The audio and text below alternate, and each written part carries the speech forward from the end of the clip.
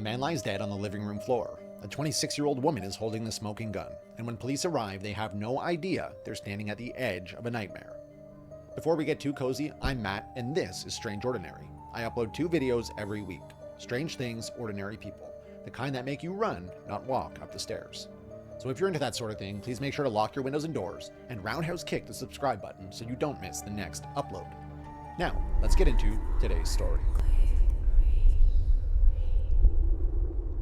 It's July 18th, 2015 in Charleston, West Virginia. The summer is in full force, humid, warm, a sky half shaded in clouds. Just the sound of cicadas and the low hum of the air conditioner as Heather Saul is at home getting ready for her next appointment. Heather is 26 years old and working as an escort.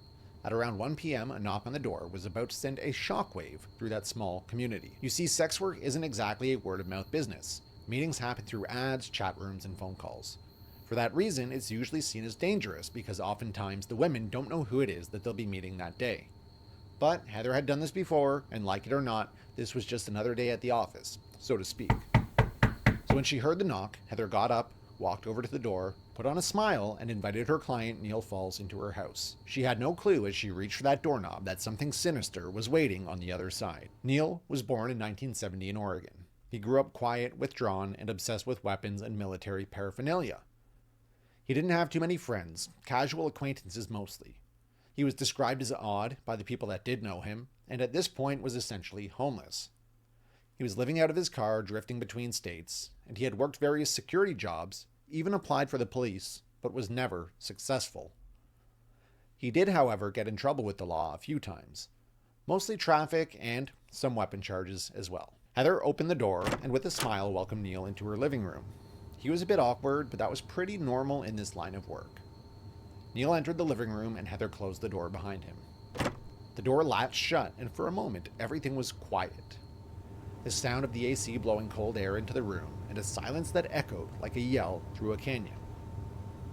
The hair on the back of Heather's neck stood up as she slowly turned around to see Neal aiming the barrel of his .45 caliber Glock 21 directly at her. The same sidearm law enforcement would have used, complete with a 13-round magazine. The two stared at each other for a moment before Neal opened his mouth and uttered a cold and deliberate threat.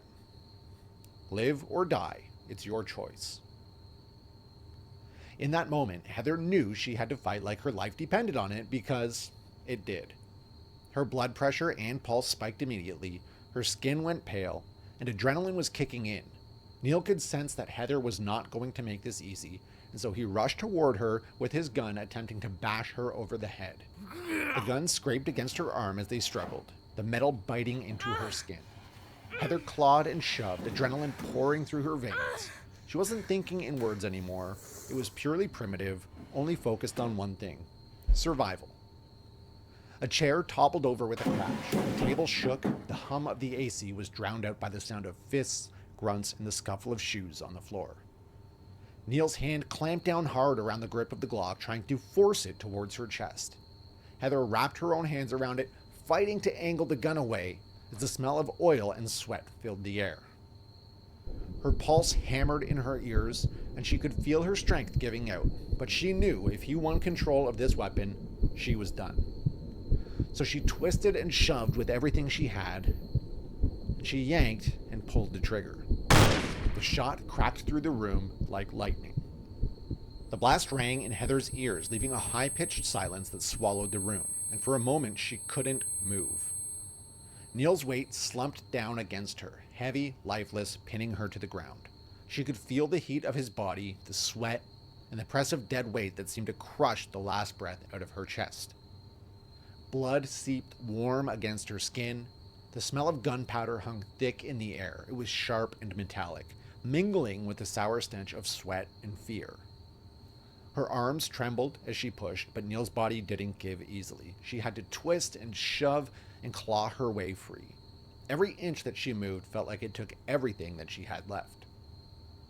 Finally, she rolled him off, collapsing onto the floor beside him, chest heaving, with her own sweat mixing with his blood on the tiles. Heather stared at the man who seconds earlier had promised to end her life.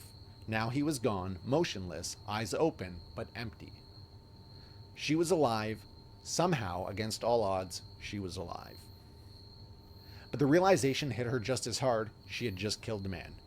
Gratitude and horror collided all at once, leaving her shaking, breath ragged, tears burning at the corner of her eyes.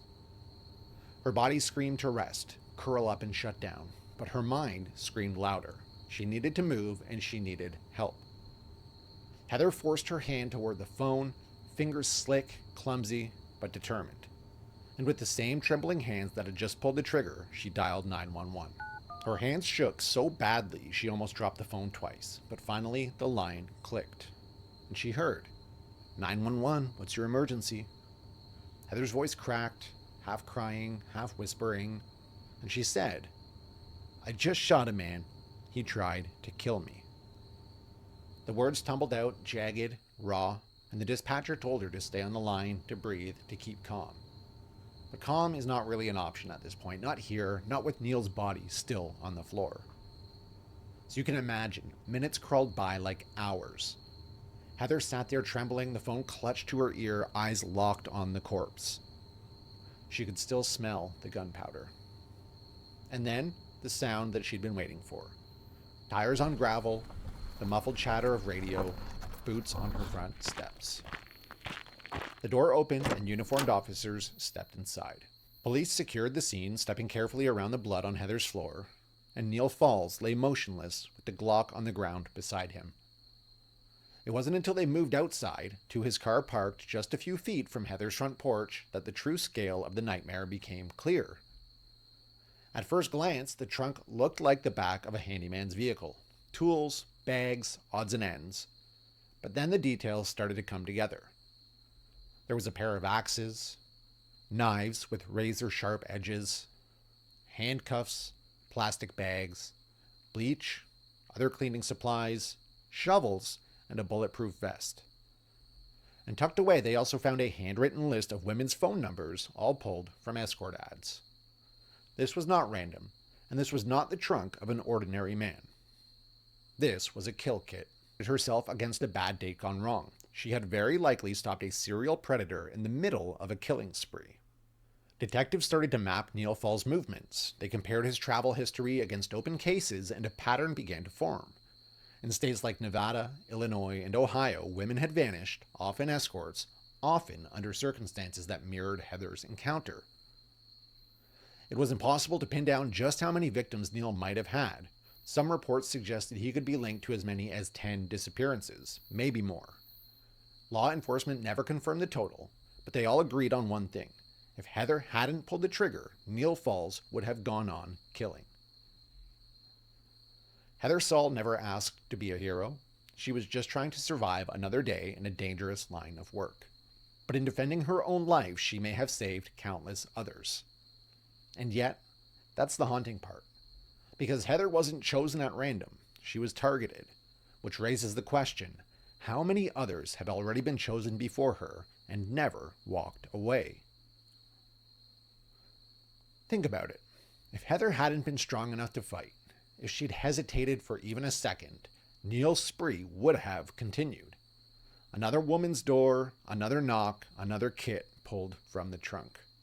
Instead, it ended here, in a small West Virginia living room with a 26-year-old escort who refused to die quietly. Heather survived, Neal Falls didn't. And the world may never know exactly how many lives changed because of that single gunshot. If you've made it this far, you should A, smash the like button so more people stumble into these strange stories, B, grab some popcorn because you've earned it, and C, watch this video right here.